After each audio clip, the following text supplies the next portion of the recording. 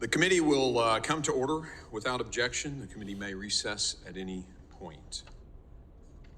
I'd like to go ahead and welcome everyone back to the full committee, and I recognize myself for an opening statement. Good morning, Secretary Mayorkas. Thanks for joining the committee.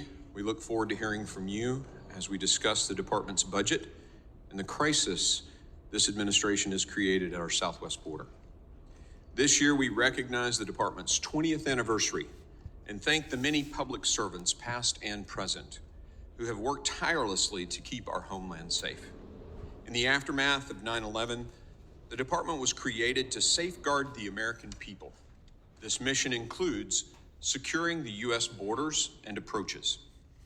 Mr. Secretary, you took an oath where you swore to support and defend the Constitution of the United States against all enemies, foreign and domestic, and well and faithfully discharge the duties of the office. Your job is to protect the homeland. And one of those obvious duties is to secure the United States sovereign borders and to implement the laws duly passed by Congress. However, you have not secured our borders, Mr. Secretary, and I believe you've done so intentionally. There is no other explanation for the systematic dismantling and transformation of our border into a lawless and dangerous open border. You've asserted in the past that it's an issue of resources, but the numbers show a very different story. In just the 2 years of your tenure, more people have crossed our southern border into the United States than the previous 12 years of 2 administrations combined. Did the budget suddenly decrease and result in this massive surge? No. Did the number of Border Patrol agents suddenly get cut in January of 2021? No. What got cut were 89 effective policies. As Chief Ortiz told us in our hearing in McAllen, Texas, we don't have a resource crisis, we have a policy crisis. We will fulfill our obligation to the American people and our oath to the Constitution. Secretary Mayorkas, need I remind you that Congress makes the laws and the executive branch is obligated to follow those laws? Apparently the answer to that question is yes, because since you've become secretary, you've disregarded the laws written by this branch of government, laws passed by both Republicans and Democrats. Behind me, you can see a list of the ways you've made our border and our country less secure. You intentionally ended all construction of and contracts to build the border wall system. You attempted to terminate the migrant protection protocols, remain in Mexico policy, and when these efforts failed you, refused to fully enforce the policy. You illegally and without congressional approval created mass parole programs for countries like Cuba, Haiti, Nicaragua, and Venezuela, and expanded the use of the CBP One app to facilitate these programs. This is ultimately playing a shell game, Mr. Secretary, wherein those who would otherwise come illegally with no justification for entry now get to enter under the pretense of legality. You lowered the credible fear standards, so even illegal border crossers who've broken the laws of the United States can claim asylum despite knowing that 9 out of 10 claims will be found illegitimate. You instructed ICE agents not to detain or deport the vast majority of individuals illegally in the country, while also stating that the crime of being in the country illegally is by itself no longer grounds for removal. You just made that up. You refused to detain illegal aliens pursuant to the Immigration and Nationality Act and instead allowed them to be processed en masse into the United States. You moved northern border agents to the southwestern border, leaving our northern border vulnerable, which has led to an increase in encounters in some sectors as much as 900%. And finally, you ended Title 42 in May without any plan to deal with the surge. What's this gotten us? Well, here behind me, you can see the results. Unfortunately, the facts are overwhelming. More than 5 million encounters at the southwest border since President Biden took office. 1.4 million gotaways, known gotaways, who evaded U.S. Border Patrol agents since President Biden took office. And these are only the ones we know about. We learned from U.S. Border Patrol Chief Ortiz that these numbers are likely 20% higher. 80 individuals on the terrorist watch list have crossed the southwest border so far in FY23. 14,148 pounds of fentanyl seized in 23, enough to kill the entire U.S. population. The U.S. population you swore to defend and protect over 9.5 times. And this is only the amount we know about. We have no idea how much of this poison is actually being brought into the country by drug smugglers taking advantage of our porous border and your lax policies. Last month, this committee held a hearing in McAllen, where Chief Ortiz stated under oath that DHS does not have the operational control of our borders, contradicting testimony that you previously gave before this committee. Chief Ortiz went on to say that 5 of our 9 sectors of our southwest border are under the control of the drug cartels. Unimaginable.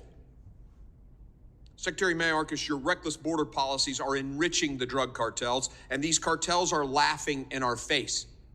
They find it amusing that the most powerful nation on earth is not only unwilling to stop them, but is actively facilitating their business model. Unfortunately, your admission during the March 28-23 Senate Judiciary hearing that you're unaware that cartels are using illegal aliens as decoys to detract Border Patrol agents while they smuggle illicit contraband and illegal aliens across the border only emboldens these cartels. Honestly, your admission reflects incompetence. Imagine a general officer in the Army who has no clue about the strategy of his enemy. We'd fire that general on the spot. Mr. Secretary, every time you fail to acknowledge that this is a crisis, you lose even more credibility with the men and women of DHS, to say nothing of the American people. As you ignore the crisis at our border, thousands of Border Patrol agents and CBP officers are on the front lines, putting their lives at risk to keep our country safe. And what kind of treatment do they receive from you? They're accused of whipping migrants crossing the border. And now we find out that your department knew the whole time that this report was bogus. You went on national television and vilified these agents of the Horse Patrol Unit.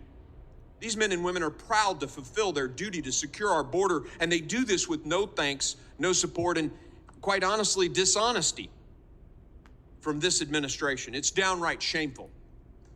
I don't blame our Border Patrol agents for feeling the way they do about you. As a former Army officer and doctor and CEO, I know that when a leader loses the trust of those he's entrusted to command and serve, it's over. Now, let's turn our attention to your budget proposal for DHS. Mr. Secretary, this budget proposal is an insult to every American. It fails to take seriously many of the most pressing national security threats, especially our wide open border. President Biden himself likes to quote, and I quote him, "Don't tell me what you value, show me your budget and I'll tell you what you value," end quote. Well, this clearly shows us what this administration values, and it's not the safety of the American people. Like your past budgets, like your policy decisions, and your actions, this proposed DHS budget has the singular purpose of continuing to encourage people to come into this country illegally. Here behind me, you can see this very clearly. Pet projects at the DHS, we're going to add $4 billion, but for CBP, we're going to cut their budget by $1.2 billion. U.S. Citizenship and Immigration Services, the folks that move people into the United States, we're going to give them another $1 billion. That's what you want to do. ICE, you're going to decrease by $421 million.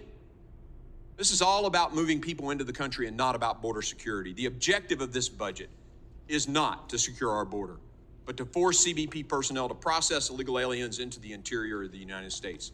The proposed $4.7 billion Southwest Border Contingency Fund is just another gimmick to spend American taxpayer dollars on a crisis you created, with the goal of processing illegal aliens quicker out of DHS custody so that you can settle them into the interior of our country. The administration's saying the quiet part out loud. By requesting funding for border management instead of border security, you're signaling you have no intention of securing our borders. Instead of spending any money on wall construction that would actually have both a practical and deterrent impact, the administration has proposed spending $3.9 billion of DHS money on a climate resilience program. Meanwhile, you propose spending a mere $40 million to combat fentanyl that's devastating our country. Do you think the parents and families who will continue to lose their children, their brothers, their sisters to fentanyl will take comfort in knowing that DHS has at least added more to the massive money already spent by this administration on climate change? I don't think so. Mr. Secretary, I could go on, but I will yield. I do hope you've come here today ready to be honest with the American people, because if you're bold enough to make these policy decisions, you should be brave enough to own up to them and their consequences. I will now yield to the ranking member for his opening statement. Thank you very much. I want to thank